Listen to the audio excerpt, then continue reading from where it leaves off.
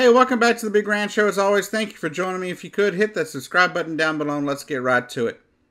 First off, like I did yesterday, I want to give a shout out to Your Tiny Indian here on YouTube.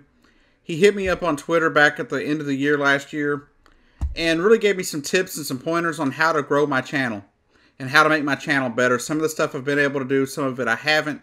And I want to thank him for helping me get my channel growing. And part of my thanks for that is I would like for you, if you have a chance, to go check his link down in the description below and go give him a subscribe, watch his content. He does things like roast battles and things like that, and I think he does a really good job. And I really believe he deserves more subscribers than he currently has, sitting at just around 240 or so subscribers. So help him get to 1,000 subscribers as well, and let's get right to it.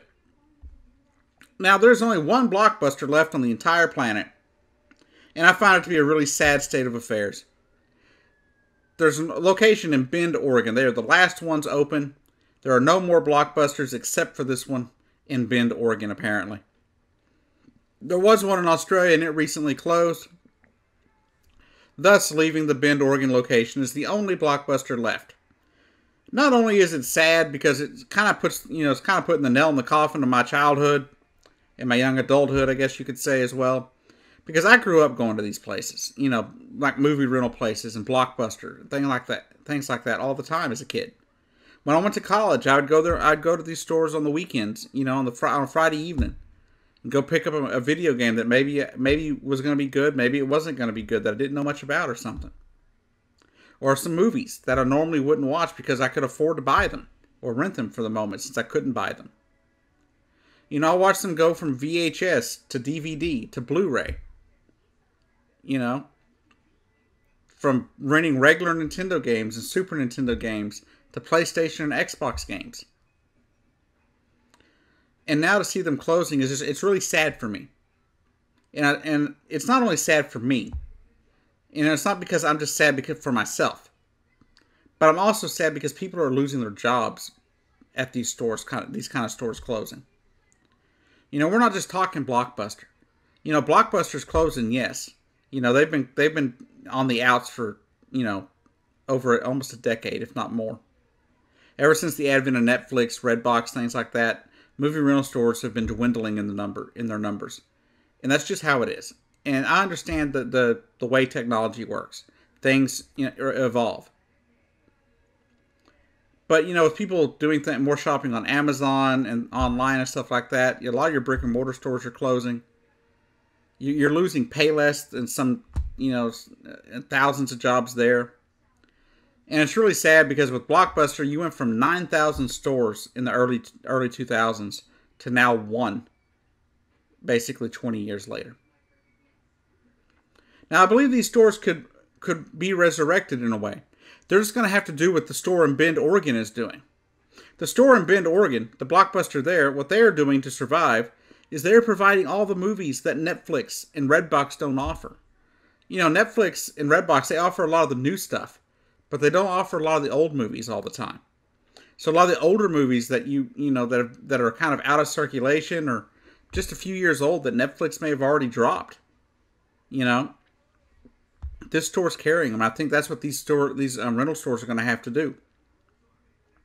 These stores are going to have to innovate. They're going to, if they want to stay afloat and thrive, they're going to have to embrace the nostalgia. They're going to have to, look for that. They're going to have to find ways to push that and advertise the nostalgia attachments and stuff like that to their stores.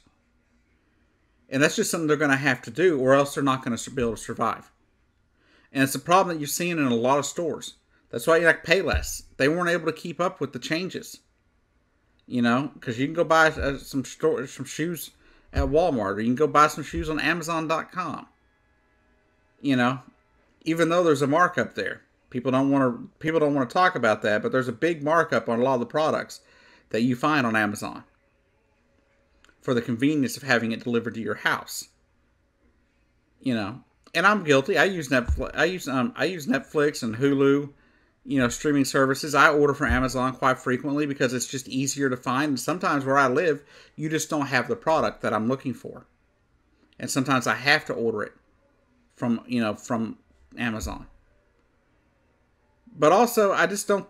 I think with all the streaming services coming up and how it's going to start getting really expensive for people, I think you're going to come to a point where the people that don't have cable are going to start going back to cable, or they're going to have to start renting things because they're not going to want to pay $100+ a month for streaming services. And I'm one of those people. I'm telling you right now, I will not pay $100+ a month just for streaming services when I'm going to have to pay another $100 to have unlimited data on my cable plan or my internet plan.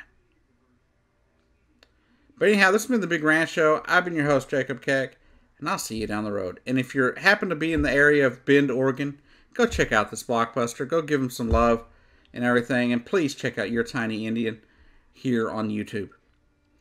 Anyhow, y'all have a great day. I'll see you down the road, and I'll be back with another video tomorrow. Tomorrow will be a video over Andrew Yang and Universal Basic Income. Have a great day.